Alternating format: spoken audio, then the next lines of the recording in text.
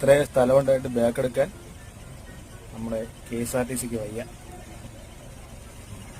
ഇത്രയും സ്ഥലമുണ്ട്.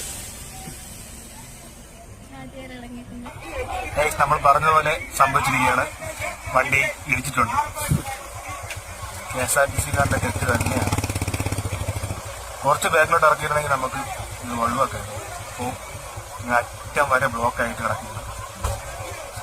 KSRTC പറയുന്നത് വെച്ചാൽ ബസ്സിന് റിവേഴ്സ് ഗിയർ ഇല്ല എന്ന ന്യായീകരണമാണ് പറയണത്.